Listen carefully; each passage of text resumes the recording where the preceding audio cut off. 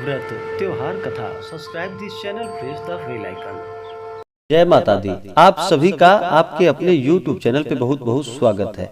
आइए आज सुनते हैं आमल की एकादशी की कथा और जानेंगे फिर आमल की एकादशी के शुभ मुहूर्त के बारे में। वर्ष 2022 में आमल की एकादशी का व्रत कब किया जा रहा है, तो जानते हैं इन सबों के बारे में। आमल की एकादशी का व्रत हर वर्ष फाल्गुन माह के शुक्ल पक्ष की एकादशी तिथि के दिन आमल की एकादशी का व्रत किया जाता है, जो कि इस बार आमल की एकादशी का व्रत 14 मार्च 2022 दिन सोमवार को मनाया जा रहा है। एकादशी तिथि का व्रत यह सभी प्रकार के पापों को नष्ट करने वाला होता है तथा अंत समय में मोक्ष को प्रदान करने वाला होता है। आमल की एकादशी व्रत के दिन इस दिन आमले के वृक्ष के नीचे बैठ करके पूरे विधि विधान के साथ भगवान विष्णु, माता लक्ष्मी और भगवान विष्णु के अवतार भगवान परशुराम का पूजन किया जाता है। आमल की एकादशी, इसे रंग भरी एकादशी, आमला एकादशी आदि नामों से भी जाना जाता है। इस दिन भगवान के पूजन में भगवान विष्णु को आमला अवश्य ही अर्पित करनी चाहिए। आमले के वृक्ष की उत्पत्ति भगवान श्री हरि विष्णु के मुख से बताई गई है। इस दिन आमला वृक्ष पूजन करना यह अनंत गुना पुण्य फलदायी माना गया है। जो भी एकादशी का व्रत करते हैं, एकादशी व्रत करने वाले को दशमी के दिन से ही व्रत के नियम का पालन करना चाहिए। दशमी के दिन एक समय शुद्ध और सात्विक आहार ग्रहण करनी चाहिए और एकादशी तिथि के दिन सुबह उठ करके ब्रह्म मुहूर्त में नित्य क्रियाओं से निवृत्त होने के बाद स्नान करके शुद्ध वस्त्र धारण करके और फिर व्रत का संकल्प करना चाहिए। संकल्प लेना चाहिए कि हे भगवान विष्णु, आज मैं आपके अमल की एकादशी का व्रत करने जा रहा हूँ या करने जा रही हूँ। इस प्रकार से संकल्प लेते हुए आपके मन में जो भी इच्छा हो, जो भी कामना हो, वह प्रभु से कहनी चाहिए और दिन भर उपवास रह करके इस व्रत को करना चाहिए। जो उपवास नहीं रह पाए वो एक समय फलाहार का प्रयोग करे और इस दिन पूरे विधि विधान के साथ आमले वृक्ष के नीचे बैठ करके भगवान का पूजन करे। जहाँ पर आमले का वृक्ष ना हो वो घर पर ही एक भगवान का प्रतिमा या फोटो रख करके उनका पूरे विधि विधान के साथ पूजन करे। इस दिन कलश स्थापित करके कलश के ऊपर भगवान विष्णु के अवतार भगवान परशुराम का मूर्ति स्थापित कर पूजन करना चाहिए। तो आइए सुनते हैं आमल की एकादशी व्रत की कथा।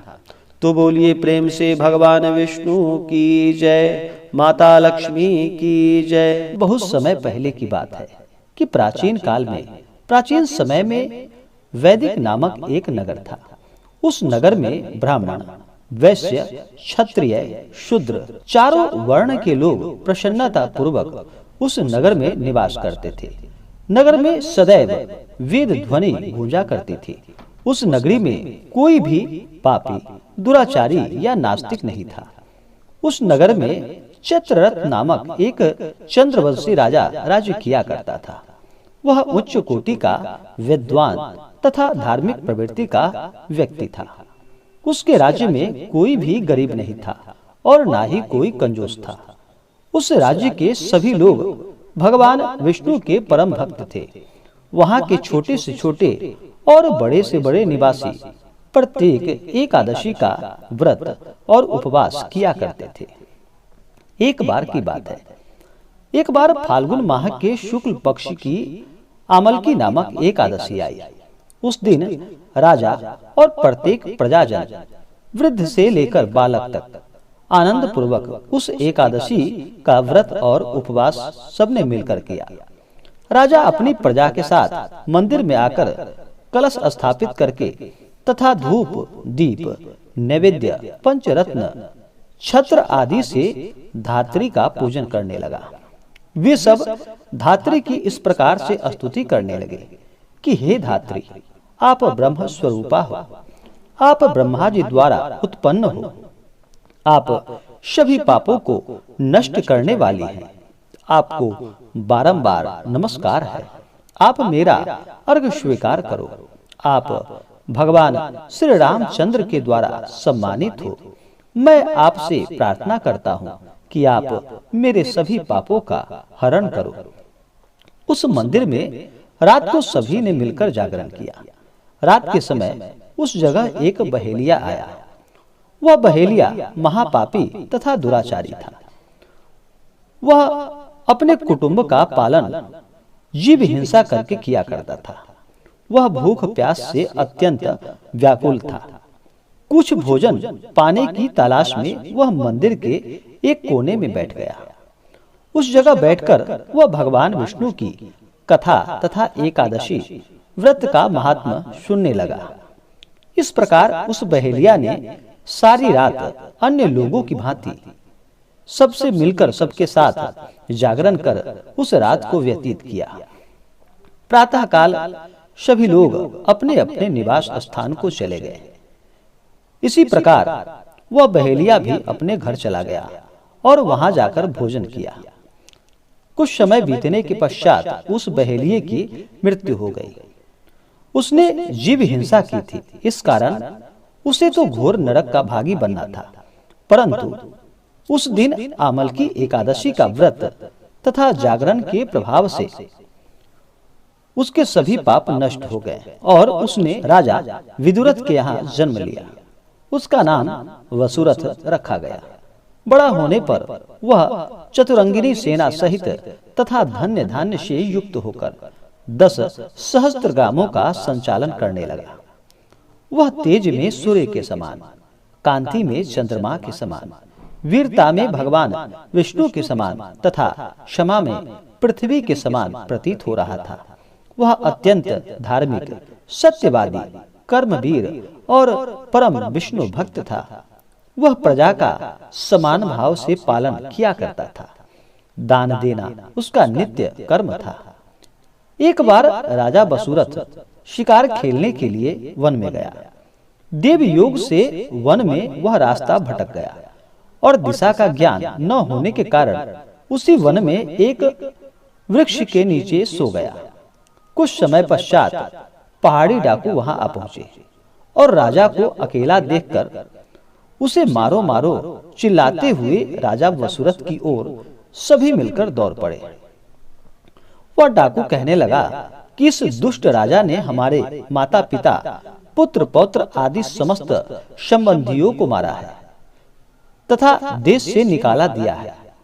अब हमें इसे मारकर अपने अपमान का बदला लेना चाहिए। इतना कहकर वे सभी डाकू राजा को मारने लगे और उस पर अस्त्र और शस्त्रों का प्रहार करने लगे। उन डाकुओं के अस्त्र शस्त्र राजा के शरीर पर लगते ही नष्ट हो जाते और राजा को पुष्पों के समान प्रतीत होता। कुछ देर बाद भगवान की इच्छा से उन डाकुओं के अस्त्र शस्त्र उन्हीं पर प्रहार करने लगे, जिससे वे सभी मूर्छित हो गए। उसी समय राजा के शरीर से एक दिव्य देवी प्रकट हुई। वह देवी अत्यंत सुंदरी थी तथा सुंदर वस्त्रों तथा आभूषणों से अलंकृत थी। उसकी भ्रुकुटी टेढ़ी थी। उसकी आंखों से क्रोध की भीषण लपेटें निकल रही थी। उस समय वह काल के समान प्रतीत हो रही थी। उसके देखते ही देखते उन सभी डाकुओं का उन्होंने समूल नष्ट कर दिया।